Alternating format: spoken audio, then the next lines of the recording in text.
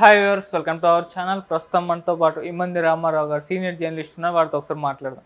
Sir నమస్కారం. Sir నమస్తే బాబు. Sir, Chandrababu Naidu గారు తెలంగాణ పైన కూడా ఫోకస్ చేస్తున్నారు. తెలంగాణలో వచ్చే లోకల్ ఎలక్షన్స్లో పోటీ చేయబోతున్నారు అని చెప్పేసి వార్తలు రావడం చూస్తాం. ఈవెన్ ఆయన కూడా ప్రకటించడం చూస్తున్నాం. మరి ఎలా ఉంటుంది తెలంగాణలో పోటీ చేస్తే? అంటే గత ఎలక్షన్స్లో, అసెంబ్లీ ఎలక్షన్స్లో ఆయన పోటీ చేయలేదు, అంటే ఇండైరెక్ట్గా కాంగ్రెస్ పార్టీకి మద్దతు తెలిపినట్టుగా మనకు తెలిసింది. మరి ఇప్పుడు ఎలా ఉంటుంది రేవంత్ గారికి? మరి ఇది షాకింగ్ న్యూస్ అని చెప్పుకోవచ్చా? మరి ఈ టైంలో రేవంత్ గారికి చంద్రబాబు నాయుడు గారికి మధ్య సయోధ్య ఏ విధంగా ఉంటుందంటారు సార్? కరెక్టు. ఇక్కడ తెలంగాణకి చంద్రబాబు వస్తే రేవంత్ రెడ్డికి ప్రమాదం. అంటే రేవంత్ రెడ్డి ఆహ్వానించాడు అనుకుంటారన్నమాట. ఆంధ్రవాడికి తెలంగాణలో ఏం పని? తర్వాత చంద్రబాబు ఇక్కడికి వచ్చి ఇక్కడ ఫోకస్ పెట్టేంత తీరిక లేదు. అక్కడ ఆ ఖజానా ఖాళీ అయిపోయింది. ఒక పక్క ఇన్కమ్ జనరేట్ అవ్వడం లేదు, సంపదని సృష్టించడం లేదు. ఎన్నో పనులు ఉన్నాయి. ఇవన్నీ మానేసి తెలంగాణలోకి వచ్చి కూర్చుంటే అది నీకేం పనిరే అంటారు. ఎప్పుడైతే తెలంగాణ ఆంధ్ర రెండు రాష్ట్రాలుగా విడిపోయిందో మళ్ళీ దాని మీద ఫోకస్ పెట్టడం కానీ మళ్ళీ రావడం మాత్రం జరగకూడదు. జనం దృష్టిలో సమాధానం చెప్పుకోవాల్సిన పరిస్థితి ఏర్పడుతుంది అన్నమాట. తెలంగాణ రావాల్సిన పని ఏమిటి? అలాగే తెలంగాణ వాళ్ళు ఆంధ్ర వచ్చి ఎన్నికల్లో పాల్గొంటారు. నువ్వు దానికి యాక్సెప్ట్ చేస్తావా? నువ్వు యాక్సెప్ట్ చేసిన నీ ప్రజలు యాక్సెప్ట్ చేస్తారా?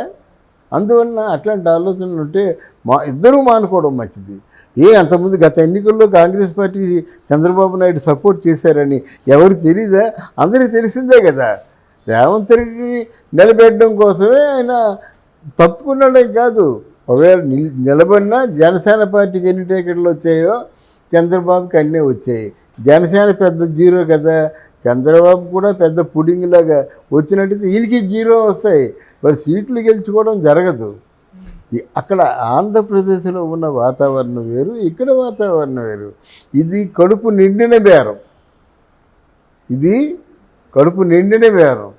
అది కడుపు మండిన బేరం. ఎప్పటి నుంచో అంటే కడుపు మండిపోయి ఎప్పుడు ఎన్నికలు వస్తాయి, ఎప్పుడు చేసుకుందాంరా, ఉద్యోగాలు లేవు, తదితర ఏ విషయాలు కూడా లేవు, మనం చాలా దెబ్బతింటున్నాం అని చెప్పేసి కడుపు మండి ఉన్నారు కాబట్టి ఇంత పర్సంటేజ్ ఓట్లు వేశారు, నెగ్గారు. అనూహ్యమైన విజయం ఇది. మళ్ళీ ఇట్లాంటి పిచ్చి ఆలోచనలు పెట్టుకోవడం మంచిది కాదు. నా వ్యక్తిగతమైన అభిప్రాయం చెప్తున్నాను నేను.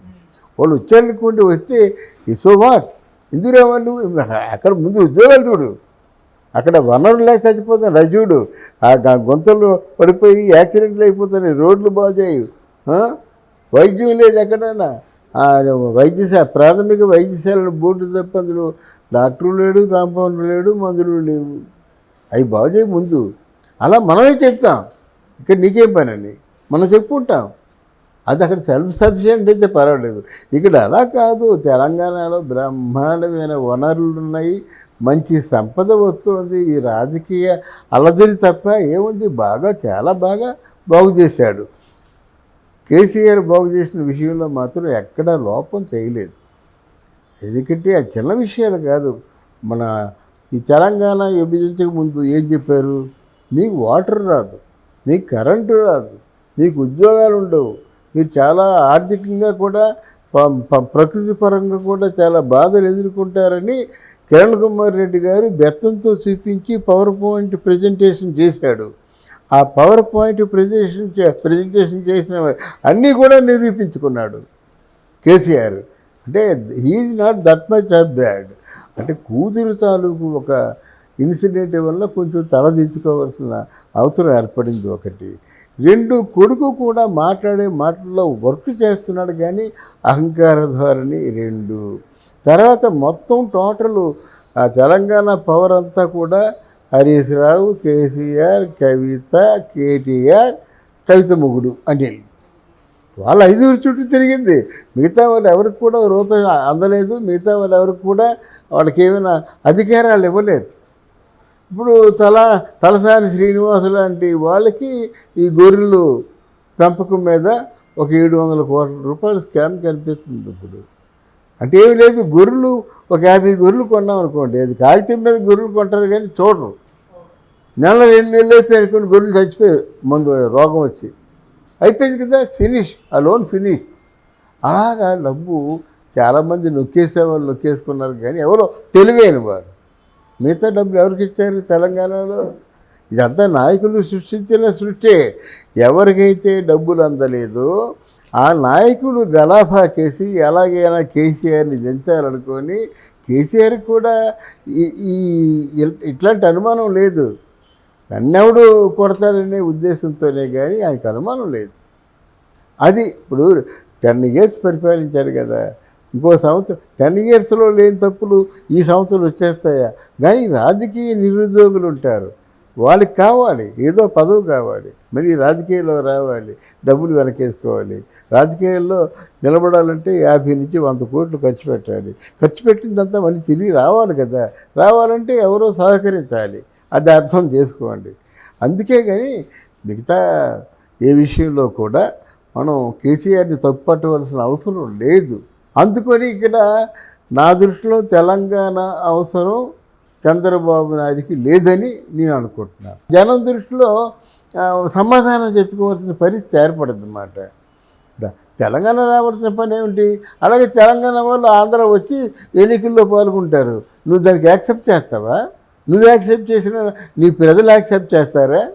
అందువలన అట్లాంటి ఆలోచనలు ఉంటే ఇద్దరూ మానుకోవడం మంచిది. అంతకుముందు గత ఎన్నికల్లో కాంగ్రెస్ పార్టీకి చంద్రబాబు నాయుడు సపోర్ట్ చేశారని ఎవరు తెలీదా? అందరికీ తెలిసిందే కదా. రేవంత్ రెడ్డిని నిలబెట్టడం కోసమే ఆయన తప్పుకున్నాడని కాదు. ఒకవేళ నిలబడినా జనసేన పార్టీకి ఎన్ని టికెట్లు వచ్చాయో చంద్రబాబుకి అన్నీ వచ్చాయి. జనసేన పెద్ద జీరో కదా, చంద్రబాబు కూడా పెద్ద పుడింగ్ లాగా వచ్చినట్టయితే ఈయనకి జీరో వస్తాయి. మరి సీట్లు గెలుచుకోవడం జరగదు. అక్కడ ఆంధ్రప్రదేశ్లో ఉన్న వాతావరణం వేరు, ఇక్కడ వాతావరణం వేరు. ఇది కడుపు నిండిన బేరం.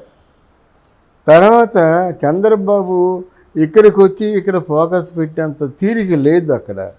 అక్కడ ఆ ఖజానా ఖాళీ అయిపోయింది, ఒక పక్క ఇన్కమ్ జనరేట్ అవ్వడం లేదు, సంపదని సృష్టించడం లేదు.